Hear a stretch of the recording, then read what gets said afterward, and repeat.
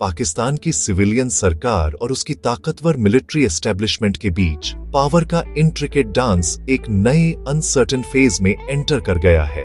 इस latest political drama के centre में हैं जनरल असीम मुनीर, जो current chief of army staff हैं। नेशन के inaugural chief of defence forces या CDF बनने की उनकी एम्बिशन को एक सिग्निफिकेंट और बहुत पब्लिक रोड ब्लॉक का सामना करना पड़ा है। यह नई CDF पोजीशन, जो रीसेंट कॉन्स्टिट्यूशनल और मिलिट्री एक्ट अमेंडमेंट्स के जरिए बनाई गई है, आर्मी, नेवी और एयर फोर्स पर कमांड को यूनिफाई करने के लिए डिजाइन की गई है, जिससे थियोरेटिकली नेशनल डिफेंस स्ट्रीमलाइंड हो सके। हालांकि एक ऐसे देश में जहां मिलिट्री का पॉलिटिकल अफेयर्स पर लंबे समय से स्वे रहा है, पावर का यह सेंट्रलाइजेशन पॉलिटिकल क्लास द्वारा डीप सस्पिशन से देखा जा रहा है, जिन्हें डर है कि यह एक आदमी के हाथों में बहुत ज्यादा अथॉरिटी को कंसोलिडेट कर सकता है, एक अनप्रेसिडेंटेड 5 साल के टर्म के लिए।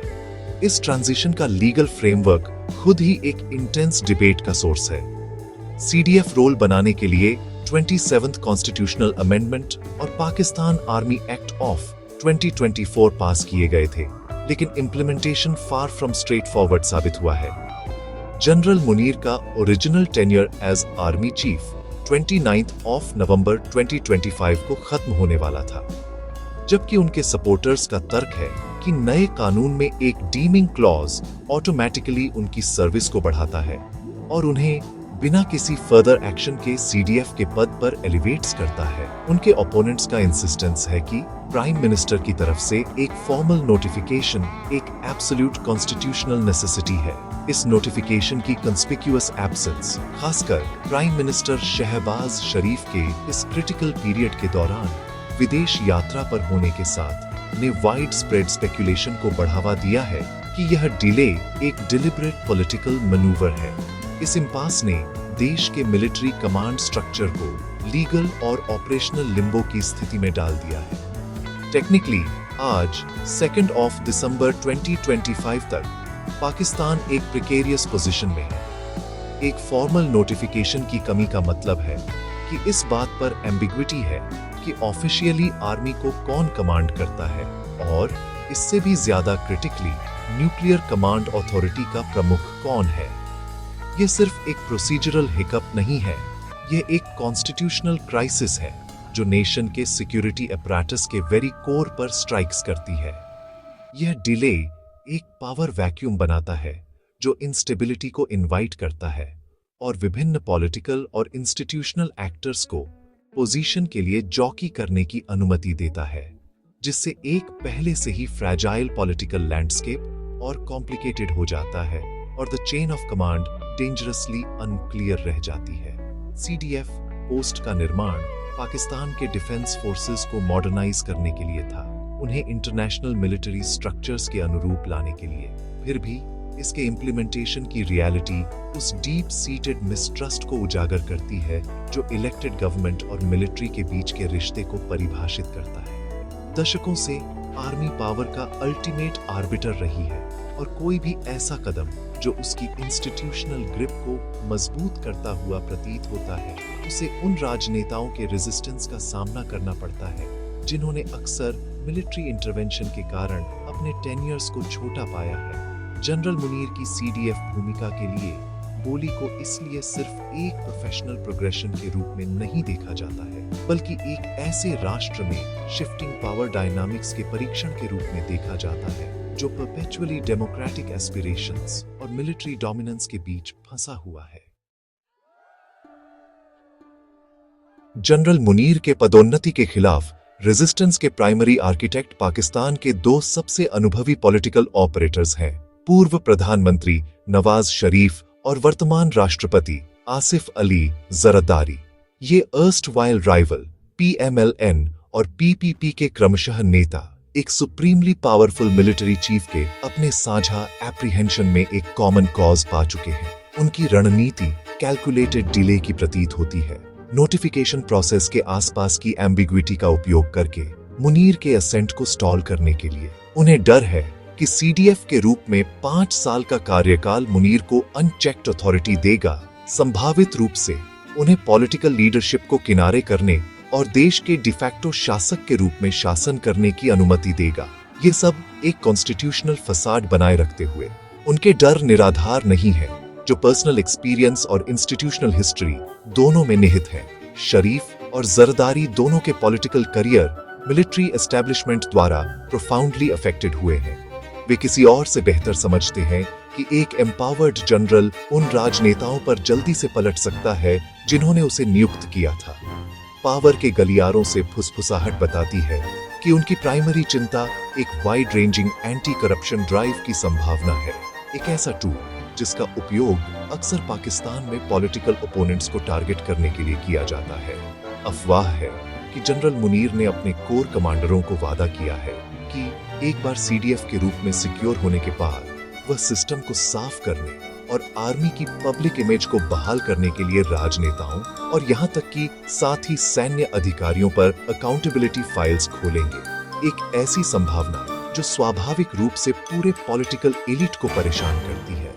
शरीफ और जरदारी के बीच यह गठबंधन पाकिस्तानी राजनीति का एक क्लासिक एग्जाम्पल है, जहां मेरे दुश्मन का दुश्मन मेरा दोस्त है। नोटिफिकेशन को रोककर वे एक हाई स्टेक्स वेटिंग गेम में लगे हुए हैं। या तो मुनीर से कंसेशंस निकालने की उम्मीद कर रहे हैं या उसकी अपॉइंटमेंट को पूरी तरह से डिरेल करने के लिए पर्याप्त लीगल और पॉलिटिकल अनसर्टेनिटी पैदा कर रहे हैं। वे एग्जीक्यूटिव और लेजिस्लेटिव ब्रांचेस, प्रधानमंत्री के कार्यालय और प्रेसिडेंसी पर अपने कंट्रोल का लेवरेज कर रहे हैं ताकि मिलिट्री की रॉ पावर का मुकाबला कर सके।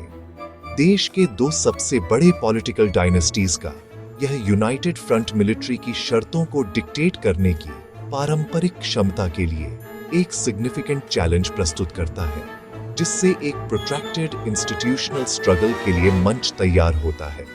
इस क्रिटिकल पीरियड के दौरान प्रधानमंत्री शहबाज शरीफ की फॉरेन ट्रिप्स का समय कई ऑब्जर्वर्स द्वारा एक डेलिबरेट टैक्टिक के रूप में देखा जाता है ताकि एक निर्णय लेने के लिए मजबूर होने से बचा जा सके। फिजिकली एब्सेंट होकर वह प्लॉजिबल डिनायबिलिटी बनाता है, जबकि कॉन्स्टिट्यूशनल क्लॉक को चलने देता है, जिससे हर गुजरते दिन मुनीर की लीगल स्टैंडिंग कमजोर होती जाती है। यह एक सटल लेकिन पावरफुल मूव है जो दर्शाता है कि पॉलिटिकल क्लास, हालांकि अक्सर मिलिट्री के अधीनस्थ होती है, ने रणनीतिक रेजिस्टेंस के लिए अपनी क्षमता पूरी तरह से नहीं खोई है। ये गैम्बिट हालांकि जोखिम से भरा है, क्योंकि मिलिट्री को बहुत दूर तक धकेलने से अधिक डायरेक्ट और ओवर्ट रिस्पॉन्स भड़क सकता है, एक ऐसी संभावना जो पूरे मामले पर बड़ी है। जटिल पावर स्ट्रगल पॉलिटिकल अखाड़े तक ही सीमित नहीं है, इसके मिलिट्री के भीतर भी महत्वपूर्ण आयाम है। इस इंटरनल डायनामिक में एक की फिगर है लेफ्टिनेंट जनरल नदीम अंजुम, जो इंटर सर्विसेज इंटेलिजेंस या आईएसआई के डायरेक्टर जनरल हैं। पाकिस्तान की शक्तिशाली जासूसी एजेंसी के प्रमुख के रूप में जनरल अंजुम का इमेंस प्रभाव है। अच्छी तरह से सूचित सूत्रों और पूर्व सैन्य अधिकारी आदिल राजा जैसे विश्लेषकों के अनुसार जनरल अंजुम मिलिट्री हायरार्की के शिखर तक पहुंचने की अपनी महत्वाकांक्षा रखते हैं। उन्हें 4 star general rank chief of army staff के पद के लिए एक संभावित उम्मीदवार के रूप में देखा जाता है, लेकिन यह रास्ता प्रभावी रूप से अवरुद्ध हो जाएगा यदि जनरल मुनीर 5 साल के सीडीएफ बनने में सफल हो जाते हैं, दोनों भूमिकाओं को कंसोलिडेटिंग करते हुए। यह पर्सनल एम्बिशन कथित तौर पर उन्हें मुनीर को विफल करने की कोशिश कर रही पॉलिटिकल फोर्सेस के साथ जोड़ता है। यह सुझाव दिया जाता है कि जनरल अंजुम राष्ट्रपति जरदारी के साथ डिस्क्रीटली समन्वय कर रहे हैं, जो मिलिट्री एस्टेब्लिशमेंट के एक गुट और सिविलियन सरकार के बीच एक क्रूशियल लिंक प्रदान कर रहे हैं। यह कथित नेक्सस एक मोनोलिथिक मिलिट्री इंस्टीट्यूशन के नैरेटिव को कॉम्प्लिकेटेड करता है, जो अपने चीफ के पीछे एकजुट है। इसके बजाय यह इंटरनल राइवलरीज और कॉम्पिटिंग इंटरेस्ट्स की ओर इशारा करता है, जिसे पॉलिटिकल लीडरशिप एक्सप्लॉइट कर सकती है। यदि आईएसआई का प्रमुख आर्मी चीफ के साथ क्रॉस पर्पसेस पर काम कर रहा है, तो यह मौलिक रूप से मुनीर की स्थिति को कमजोर करता है और उसका विरोध करने वालों को एम्बोल्डन्स करता है, जिससे कंट्रोल के लिए एक मल्टी फ्रंट बैटल पैदा होती है। आईएसआई डायरेक्टर जनरल की भूमिका पाकिस्तान में पिवटल है। एजेंसी को अक्सर एक राज्य के भीतर एक राज्य के रूप में वर्णित किया जाता है, जिसका प्रभाव घरेलू राजनीति, विदेश नीति और आंतरिक सुरक्षा में गहरा फैला हुआ है। आईएसआई के डीजी की वफादारी और उद्देश्य सरकारों और सेना प्रमुखों दोनों को बना या बिगाड़ सकते हैं। यदि जनरल अंजुम मुनीर के उदय को अपने करियर या आईएसआई के संस्थागत हितों के लिए खतरा मानते हैं, तो उनका विरोध एक फॉर्मिडेबल ऑब्स्टेकल होगा। खुफिया जानकारी इकट्ठा करने और राजनीतिक परिणामों को प्रभावित करने की उनकी क्षमता उन्हें शक्तिशाली लेवरेज प्रदान करती है, जिससे वे इस चल रही गाथा में एक किंग मेकर या एक किंग ब्रेकर बन जाते हैं। यह इंटरनल मिलिट्री इंट्रीग स्थिति में अनिश्चितता की एक खतरनाक परत जोड़ता है, जबकि सेना अनुशासन और एक क्लियर चेन ऑफ कमांड पर गर्व करती है। शीर्ष पर दरार का सुझाव गहरा डिस्टेबलाइजिंग है। सत्ता संघर्ष अब सिविलियन सरकार और सेना के बीच एक साधारण बाइनरी संघर्ष नहीं है। यह एक मल्टी डायमेंशनल शतरंज का खेल है, जिसमें शिफ्टिंग अलायंसेस और हिडन एजेंडास हैं।